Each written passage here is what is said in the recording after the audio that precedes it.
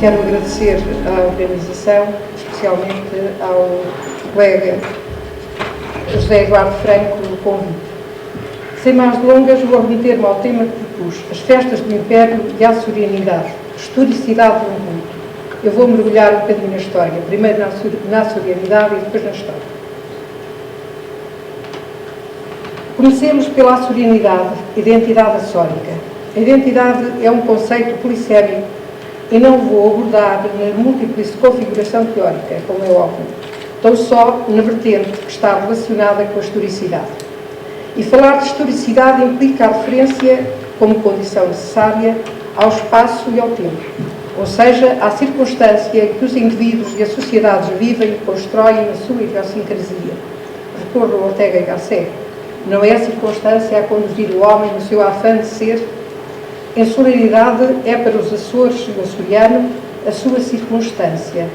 De forma inelutável, nela se foi construindo o modo de ser do ilhéu, a sua matriz de identificação. O filósofo açoriano José Enes, em estudo sobre a matriz de identificação insular, define-a do seguinte modo: o conceito de matriz, estou a citar, de identificação é uma noção de naturalidade biológica e antropológica aplicável em estudos de hereditariedade, onde assume forma de matriz genética. Na medida em que o meio físico desempenha funções similares, pode ou por sim denominar-se matriz telúrica. Em solaridade, é uma matriz telúrica que, como as genéticas, marca os indivíduos. A cultura humana está ela mesma sob o influxo de matrizes, que são passíveis de receber do influxo da insularidade uma caracterização temática e modal. Fim de citação. A entrada em ação do homem português no povoamento das ilhas desertas dos Açores determinou a construção daquela sociedade insular, alicerçada sobre a matriz telúrica, resultante da interação entre esta e as matrizes históricas, étnicas e culturais transportadas pelos povoadores. Começa a construir-se assim a insularidade, que no caso em análise se pode traduzir por açorianidade, conceito, aliás, do Torino Mesa. Mas voltemos ao autor citado. As sociedades humanas que nestas ilhas se fixaram há perto de 6 séculos foram-se modalizando por uma complexa trama, onde a matriz telúrica imprimiu a força que a vulnerabilidade vulcânica acentuou. Mas se o mar, aparentemente, enclausura as ilhas, também é o meio propiciador da sua salvaguarda, a abertura ao mundo, a outros espaços, a sua força matricial. Enes diz de forma analítica, e apenas fiz algumas transcrições, o que Vitorino Messa postula literariamente. Quisera poder enfaixar nesta página emotiva o essencial da minha consciência de ilhéu. Em primeiro lugar, o apego à terra, este amor elementar que não conhece razões, mas impulsos, e logo o sentimento de uma herança étnica que se relaciona intimamente com a grandeza do mar. Faço estas referências pela importância de que se reveste a açorianidade da manutenção de ritos que, introduzidos desde 400, subsistem com notável vigor e unânime adesão comunitária em todo o arquipélago. E também porque estou convencida que os ritos integradores das festas do Império do Espírito Santo, passando de geração em geração, afeiçoados e modalizados pelos impulsos derivados da matriz geofísica, atuaram sobre a configuração da identidade individual e comunitária constitutiva da açorianidade. Mas porque este apego às festas do Império, de devoção à terceira pessoa da Santíssima Trindade, com certeza, mas aivadas de elementos sincréticos que a população açoriana vive sem aperceber a dimensão simbólica que está na origem. O rito do Império e o da coroação transportam consigo a memória de factos e mitos que informaram a ideia da era pentecostal, ou a ideia da partilha do sagrado entre o temporal e o espiritual, memória subconsciente da luta entre o sacerdócio e o Império. Já em produção, entendo que o movimento expansionista dos descobrimentos portugueses representa essa era pentecostal e dado o Espírito Santo na versão da mística franciscana, devedora da espiritualidade joaquinita. Independentemente, porém, da historicidade desta teoria, certo é que segundo as notícias das festas piritanas nas ilhas, que há notícias das festas piritanas nas ilhas, sob a forma de império, desde o seu povoamento. Ora, o povoamento dos Açores fez-se à custa de populações provenientes dos diversos recantos do Reino de Portugal, que transportaram consigo os hábitos e as crenças que poderiam possibilitar-lhes a sobrevivência em paragens tão inóspitas. Na expressão de Vitorino Nemésio, os Açores são de facto um Portugal limitado, porque receberam dele a forma e o pensamento quando Portugal, na verdade, era uma força em marcha. Ou ainda, as regiões são como subconsciências da plenitude nacional. Subconsciência que, progressivamente adaptando-se às condições geoecológicas, agiu na determinação do modo de ser ilhéu. Ora, as festas do Espírito Santo e os seus ritos têm a adesão das comunidades de todas as ilhas, desde os primórdios, como já disse. E, embora referidas ao calendário litúrgico, elas são promovidas por confrarias apropriadas pelas estruturas societais de base, adquirindo projeção regional de natureza identitária. Aliás, poucos eram os fatores de início e até ao século XX que fossem efetivamente traços de união de natureza regional, e as festas do Espírito Santo constituíam esse traço. Estou em crer, e esse é o fio condutor do meu discurso, que estas festas encontraram no universo insular açoriano diferente sentido para o referente simbólico de império.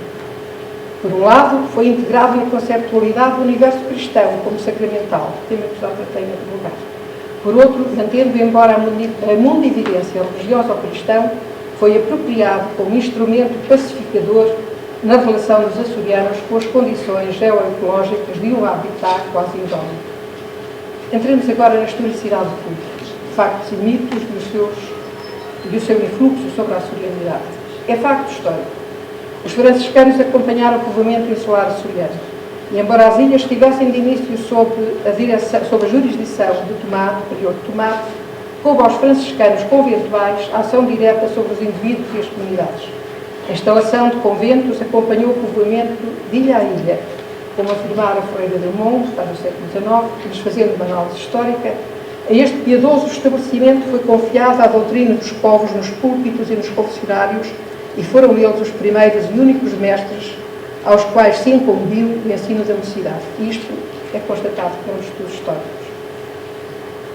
Como se pode ver nos relatos de crises sísmicas desde 400, eram os franciscanos que, em verdadeiras procissões penitenciais, conduziam os povos em preces incessantes pelo apaziguamento da ira de Deus, castigo da impiedade e dos comportamentos desviantes, segundo a interpretação dos pregadores.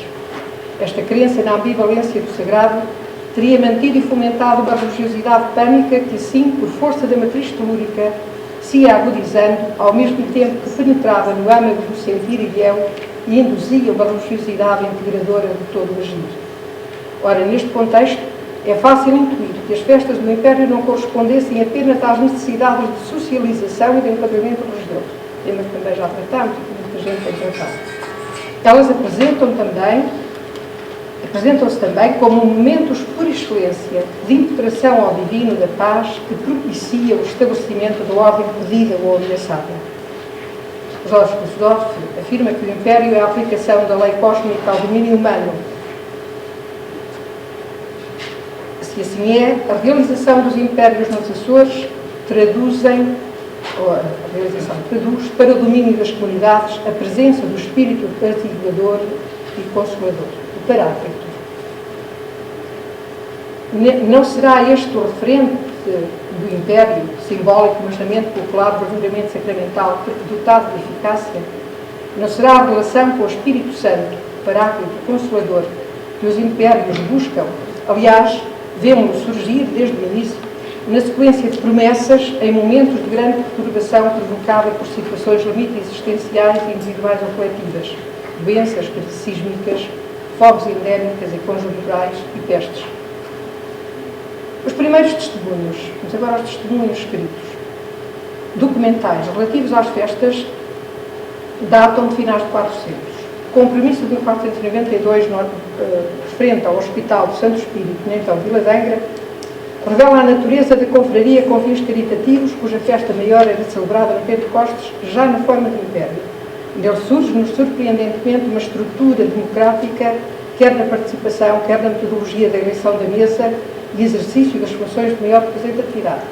Quando alguém era eleito como o mordomo principal da festa e não tivesse dinheiro para fazer o império era a própria confraria que sustentava esse império.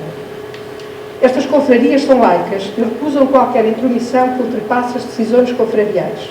É por este motivo que os confrados reagem negativamente quanto a serem integradas no modelo quinhentista das Misericórdias. A Vila da Praia, após uma primeira argumentação da Coroa do Espírito Santo, por mandado do Provedor da Misericórdia, resolveu o problema da sujeição legal, criando uma confraria paralela. Mantinha assim a sua liberdade no seio da Misericórdia. Em todas as vilas do arquipélago existiram confrarias em casa do Espírito Santo de iniciativa dos Senados dos Povos, integrados posteriormente nas Misericórdias. Efetivamente, em Santa Maria, já se faziam as festas do Império ao tempo dos primeiros capitães do donatário, conhecendo-se algumas das vultuosas dádivas para o gozo dos povos. Na Vila da Ribeira Grande, em 1892, foi fundada pelo Senado. Sena Freitas, ao transcrever papéis antigos, mostra como se instalou a Irmandade em Ponta Delgada. Vou citar.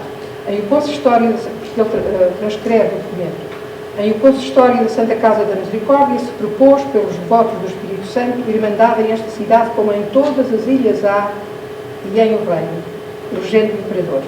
Assim se instituía em Ponta Delgada o Império dos Nortes. À primeira vista parece poder inferir-se que o culto não havia ainda sido implantado. Ora, o título da fonte dá-nos outra informação. E a fonte é: livro que há de servir dos assentos das pessoas que sentarem por irmãos do Espírito Santo e sortes que saírem no Império, que novamente se erige na Casa da Misericórdia. Também em relação ao Faial, os testemunhos escritos são tardios, mas reveladores de prática antiga. Na variação da Horta de 1672, ao ser instituído para todo o centro do Império dos Nortes, com o fim de impetrar a calmia da crise sísmica que teimava em perdurar, e depois em memória da concessão de tal graça, pode ler-se. Se juntou a nobreza na mesma Igreja da Misericórdia, onde resolveram instituir nova Irmandade, que os mais antigos conservaram, e com a morte dos principais se extinguiu este compromisso que de novo elegeram. Há uma outra fonte, porém, que tem de ser considerada para seguir o rastro histórico deste culto. É o tabelionato, de difícil acesso, mas efetivamente aí se encontram registros dos compromissos das confrarias. Não dá a dimensão da festa, mas dá a dimensão do volume de bens, de esmolas, o compromisso para o custeamento da festa.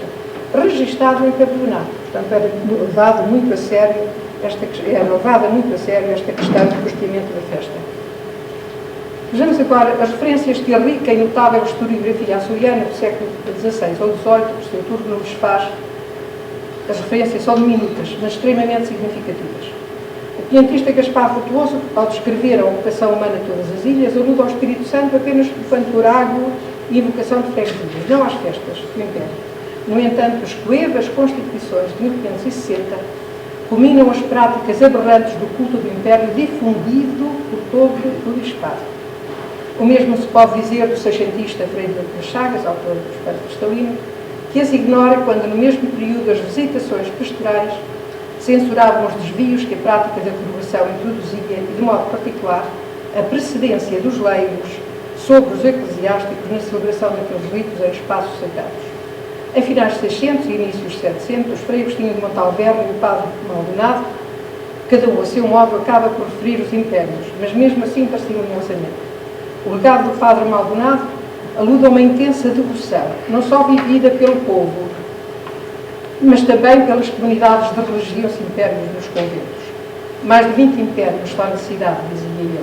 Na narrativa do autor de Félix Sangrense é atribuída à proteção do Espírito Santo, agradado da devoção que lhe é tributada, a capacidade dos açorianos resistirem às calamidades que assolam as ilhas e conseguirem ultrapassar as múltiplas dificuldades postas pelas condições geoecológicas, superadas em função da plenitude da caridade apaziguadora da tal ira de Deus e esteio da pacificação individual e social.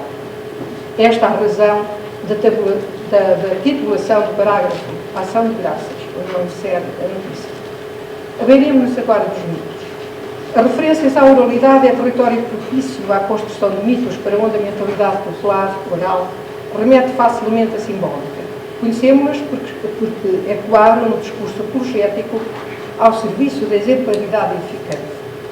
A narrativa do franciscano Ribeiro Grandense Montalbano, cuja ingenuidade discursiva identifica o Espírito Santo com o Império, descreve uma panóplia milagreira a fim de mostrar como o divino providencia aos devotos a abundância necessária ao culto em momentos de carestia. A fantasiosa narrativa é colocada no tempo histórico da capitania de Pedro Soares de Sousa, em Santa Maria, socorrer os mordomos com a oferta de carneiros para prover ao lodo. Tem portanto, se vale a pena estar a descrever. Que de outro modo não se realizaria. Como as fomes se mantivessem, os mesmos reapareciam no curral em anos sucessivos, com a marca sacrificial dos cotelos, comemorando o milagre primitivo. Acontecer idêntico ocorria com o vinho transportado em caravelas que miraculosamente surgiam a tempo da festa, ou com os bezerros que inopinadamente surgiam nos pastos, onde ruidosamente chamavam a atenção dos mordomos, prontos para a morte ritual, em prol da comunidade devota, a necessitar do consolo divino, ou seja, do Paráclito, do Consolador. Em meados de 700, o Padre Rei, em discurso fortemente apologético, aliás, na sequência de uma celebração feita pelos açorianos em Lisboa, que sofreu a crítica e os escárnio dos lisboetas, faz a defesa do rito do Império e socorrendo-se da narrativa de milagres de idêntico modelo. Tentando, porém, legitimação mais persuasiva, introduz um novo modelo discursivo, o da conversão de eclesiásticos às práticas que eles próprios haviam combatido. Este modelo atinge o clímax em Dom António Vieira Leitão, prelado reformador, cujas visitas pastorais culminaram denudadamente as práticas sincréticas do rito da coroação do Império. Convertido ao culto ao divino, qual Paulo, na estrada de Damasco, em face de uma prolixa taumaturgia demonstrativa da interferência divina em favor do Império, o perseguidor teria passado a protetor. Este discurso apologético representa o paradigma da estrutura dialética da autojustificação da crença que se expressa e vive nas festas do Divino Espírito Santo segundo o rito popular do Império. Apresenta a conversão como prova irrefregável da eficácia simbólica a dois níveis. A vontade e a providência do Espírito Santo em aliviar o peso da pobreza, alimentando os seus devotos, a evidência da aceitação, por outro lado, por parte do Senhor Espírito Santo, do culto na forma do Império, apelando à sua perenidade. Não obstante a adesão geral no espaço e no tempo, as referências continuam reduzidas mesmo na época do escrito, a contemporânea. Entre os relatos das visitas à Adelina da Diocese de Angra, só o de finais de 800, que traça pormenorizadamente a vida diocesana e descreve todas as associações pias, todas as confrarias, distribuídas por cada paróquia e freguesia, se refere só nessa altura, se refere às confrarias do Espírito Santo, mas apenas marginalmente, e precis verbas. Além das irmandades e confrarias que ficam mencionadas, há, em todo o arquipélago dos Açores, uma infinidade de associações denominadas Irmandades do Espírito Santo, na sua maior parte sem estatutos aprovados, e que têm sido, desde tempos remotos, verdadeiro escolho para os prelados e para o clero paroquial. Fim de citação. Efetivamente, a expressão verdadeiro escolho para os prelados manifesta bem aquela tensão que temos vindo a referir. Latente, tensão essa, latente ou explícita, em torno da gestão do sagrado, mais do que qualquer desvio doutrinal. No entanto, elas merecem um parágrafo próprio e nele se considera, nessa visita, que os povos açorianos encontram nas festas do Espírito Santo o espaço privilegiado da sociabilidade, razão pela qual a hierarquia as aceita, ou melhor, tolera. Há quem opte, estou a citar, pela repressão completa ou extensão destes usos e costumes, mas não me parece que seja este o meio mais conveniente se se considerar que os divertimentos públicos têm concorrido para a civilização e sociabilidade dos povos. E ainda por cima, com o fundamento num princípio de fé cristã. E fim de citação. Mas não é apenas na documentação diocesana que estas confrarias são ocultadas. Como é de conhecimento geral, o liberalismo político, peço desculpa, exigiu a secularização das associações filhas como forma de maximização do político.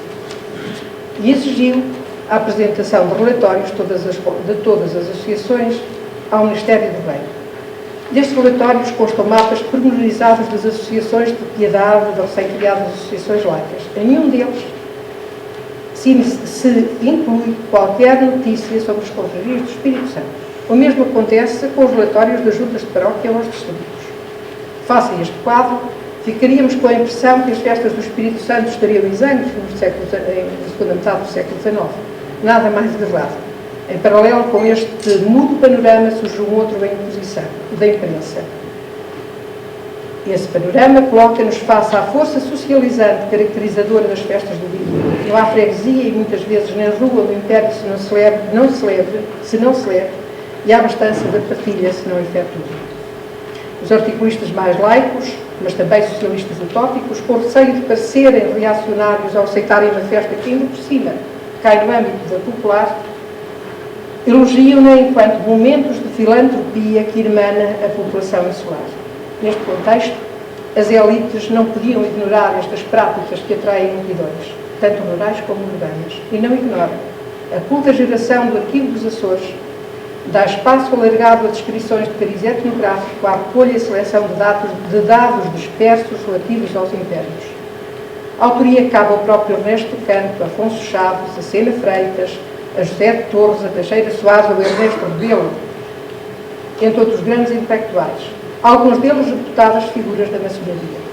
Há notas de estudantes, efetivamente, como é o caso de Teófilo Braga. Concluindo, com este esforço histórico, creio ter sugerido que a matriz telúrica insular e as dificuldades em dominar o espaço quase indómito das ilhas oceânicas conduziram as populações a procurar arrimo no modelo cultural do Império do Espírito Santo, à época em voga no continente. Não porque nele se materializasse a ideia joaquimita de uma nova idade, do espírito sucedânea da cristológica, mas porque nos dons do Espírito Santo encontravam refrigério para as grandes dificuldades que o novo meio físico lhes colocava. Também porque dentro de uma região sincrética como é popular, o sagrado e o profano não estavam dilucidados, se tornava fácil a apropriação do sagrado pelos leigos, origem dos conflitos com a hierarquia eclesiástica, não porque doutrinalmente o rito lhe exigisse. Por sua vez, a manutenção destes ritos e devoções comunitárias tendiam a estruturar o tecido social e à sua identificação. A tragicidade da vida insular ganhava alívio num rito que, sendo agradável a Deus, cadenciava a vida individual e coletiva dos ilhéus, modalizando o seu modo de ser e de interagir comunitariamente. A sovranidade. E embora estas festas, vividas hoje, com sentido algo diferente do inicial, ainda assim, a memória da sua historicidade continua a exercer forte influxo tanto nas comunidades sediadas nas ilhas como nas da diáspora. Umas e outras ainda as assumem como marcas específicas da pertença ao povo. Vitorino Nemésio, açoriano de naturalidade e de afeto, em Sobre os Signos de Agora expressa esta ideia de forma lapidar ao afirmar que o traço mais característico do açoriano se revela na devoção ao Espírito Santo, de dada indelével, o espírito positivo e universalista de que está impregnada a proto-história dos Açores, teria deixado impressa na alma do ilhéu. Uma citação. Obrigada.